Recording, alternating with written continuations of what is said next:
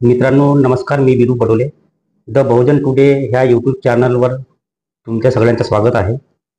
मी तुम्हाला रिक्वेस्ट करतो की माझ्या ह्या चॅनलला सबस्क्राईब करा आणि शेअर करा. तर उद्या मतदान आहे आणि आजपासून म्हणजे जेवढे काँग्रेस असोत किंवा BJPचे सहयोगी दल आहेत किंवा कोणत्याही पार्टीचे जे नेते असोत त्यांच्याकडून आता हालचाल झालेली आहे. तर आमच्या बहुजन समाज पार्टीचे पण कार्यकर्ते जे आहेत हे प्रत्येक गावामध्ये मजबूत आहेत आणि ह्यावेळेस जे आहे वातावरण बदललेलं आहे, समीकरण बदललेलं आहे. तर मागच्या वेळेस जे पर्सेंटेज आपला म्हणजे वोट पर्सेंटेज होता तो त्याच वोट पर्सेंटेजची आशा जी आहे हे दुसरी जी पार्टी आहे, जे विरोधी पार्टी आहेत हे म्हणजे ग्राह्य धरत आहेत. तर हा जो व्हिडिओ आजचा जो व्हिडिओ आहे हा याच्यासाठी बनवलेला आहे की बहुजन समाज पार्टीच्या माध्यमातून आमचे जे उमेदवार आहेत त्यांच्यामधून कुठलीही दारूसाठी तुम्हाला सहयोग भेटणार नाही. त्याचप्रमाणे कुठल्याही पार्ट्या असोत किंवा कुठल्याही गोष्टी असोत याच्यासाठी तुम्हाला पैसा भेटणार नाही. कारण तुम्हाला पण माहीत आहे की बहुजन समाज पार्टी हे दारू चिवड्यासाठी आरट्या पार्ट्यासाठी नाही, तर SC ST OBCचा हक अधिकारासाठी आहे. तर तुम्हाला ठरवायचं आहे की तुम्हाला दारू चिवडा पाहिजे की तुम्हाला तुमचे हक अधिकार पाहिजे. हे गोष्ट तुम्हाला ठरवायचं आहे आणि एका मिनिटाची इमानदारी तुम्हाला दाखवायची आहे. आजपर्यंत होऊ शकते की तुम्हाला खूप साऱ्या लोकांनी तुम्हाला म्हणजे हॉटेल्समध्ये त्यांनी तुम्हाला नाश्ता चारला असतील, चाय पाजला असतील, कोणत्याही धाब्यावर जाऊन तुम्हाला तिथं आपला जेवण दिलं असतील.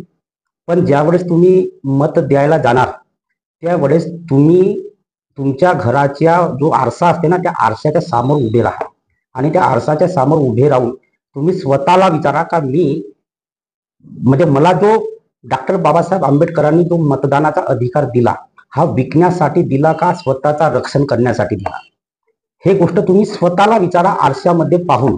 दुसरी गोष्ट अशी आहे की जो लीडर जे पार्ट्या त्या पार्ट्या पैसा आणि दारू आणि चिवडा आणि जे काही म्हणजे त्यांना जे जे द्यायचे आहे ते देतात, तर याचा अर्थ असा होते की ते लोक जर आज तुम्हाला एवढे पैसे जर देत असतील तर याचा विपरीत परिणाम काय होऊ शकते हे तुम्हाला चांगल्या प्रकारे माहीत आहे.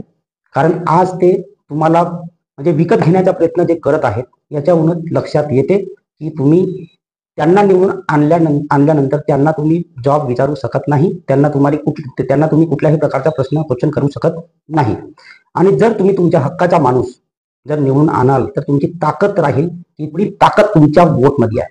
पण तो वोट जो आहे तुमचा जो मत आहे हा स्वाभिमानी मत असला पाहिजे. स्वाभिमानी जर मत असेल तेव्हाच जो आहे तुमच्या मताचा तुम्ही जो म्हणजे वापर केला आहे, तुम्हाला माहित आहे की बाबा मी मतदान करताना आम्ही स्वाभिमानानं मतदान दिलेलं आहोत आणि कुठल्याही प्रकारचा जो आहे आम्ही म्हणजे पैशाला आणि दारू पैसा आट्यापाट्या किंवा कुठल्याही नशेली पदार्थाला बळी न पडता आम्ही एक निष्ठेने मतदान केलेले आहोत. पण त्या मताचा जर वापर तुमच्या हक आणि अधिकारासाठी जर होत नसेल तर तो जो तुमचा जो मत आहे हा वाया गेला आहे, याचा अर्थ हा होत आहे. तर माझी सगळ्यांना रिक्वेस्ट आहे की तुम्ही खंबीर बना, कुठल्याही नेत्याला स्वतःचा मत विकू नका. कारण डॉक्टर बाबासाहेब आंबेडकरांनी म्हटलं आहे की मताचा जो अधिकार आहे हा मीठ मिरची सारखा समजू नका. मान्यवर कांशीराम साहेब जो आहे ते म्हणत होते की मताचा जो अधिकार म्हणजे जो मत आहे हा मताधिकार जो आहे हा आपल्या आई बहिणीसारखा आहे.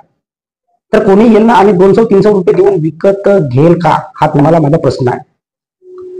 महाराकडे आता मी जातीवर येतो ते म्हणतात ना आता तरी वेळा सुधर रे वेळा, आता तरी वेळा सुधर. तर मी आता तुम्हाला म्हणत आहे की आता तरी महाराज सुधर.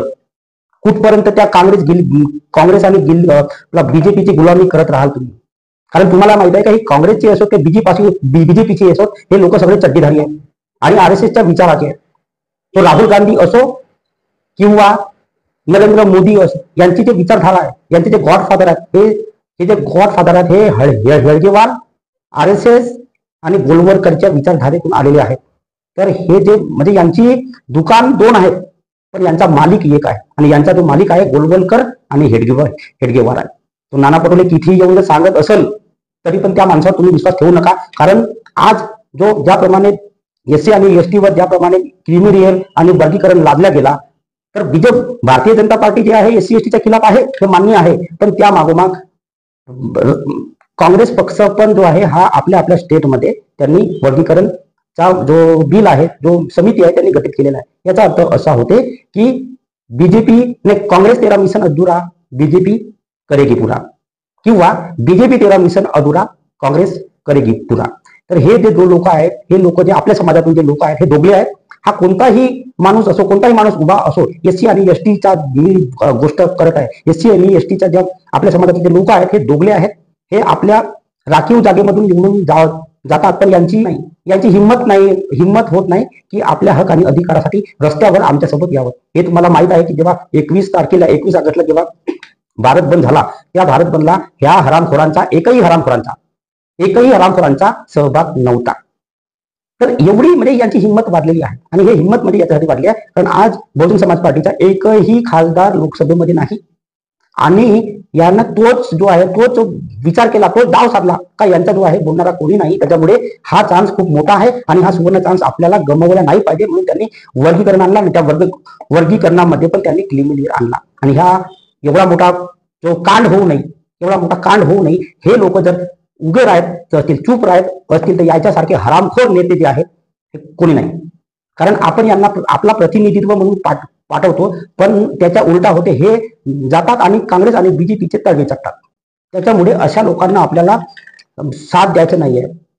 आता खूप साऱ्या लोकांच्या मनात येतील का बाबा ठीक आहे जी गुरुजी तुम्ही म्हणता बीएसपीला मतदान दिलं पाहिजे, पण बीएसपी येत नाही.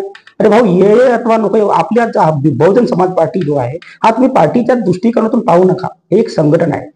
हळूहळू जे म्हणतात ना, थेंबे थेंबे तळे साचे, तर हळूहळू जो आहे आपला संघटन मजबूत होईल. ठीक आहे. तर आपल्याला म्हणजे त्या काय की कुठल्याही परिस्थितीत आपली जे वोट बँक आहे हे प्लस करायची आहे.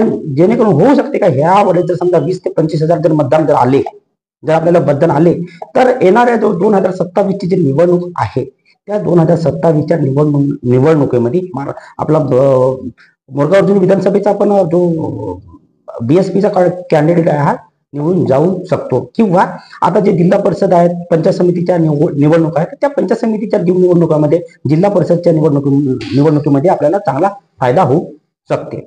तर गोष्ट कशी आहे की जिल्हा परिषद असो, पंचायत समिती असो, ग्रामपंचायत असो, हे जे आहे हे यशाची शिडी आहे.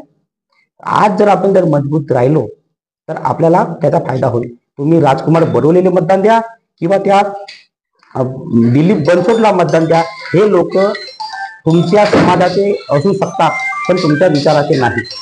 हे गोष्ट तुम्हाला लक्षात ठेवायची आहे. ठीक आहे. तर जो आहे माझा आजचा जो संदेश आहे हा मी सांगण्याचा प्रयत्न केला आहे. अखेर जो निर्णय आहे तो हा तुमच्यावर आहे की तुम्ही काय निर्णय घेता. ठीक आहे. धन्यवाद.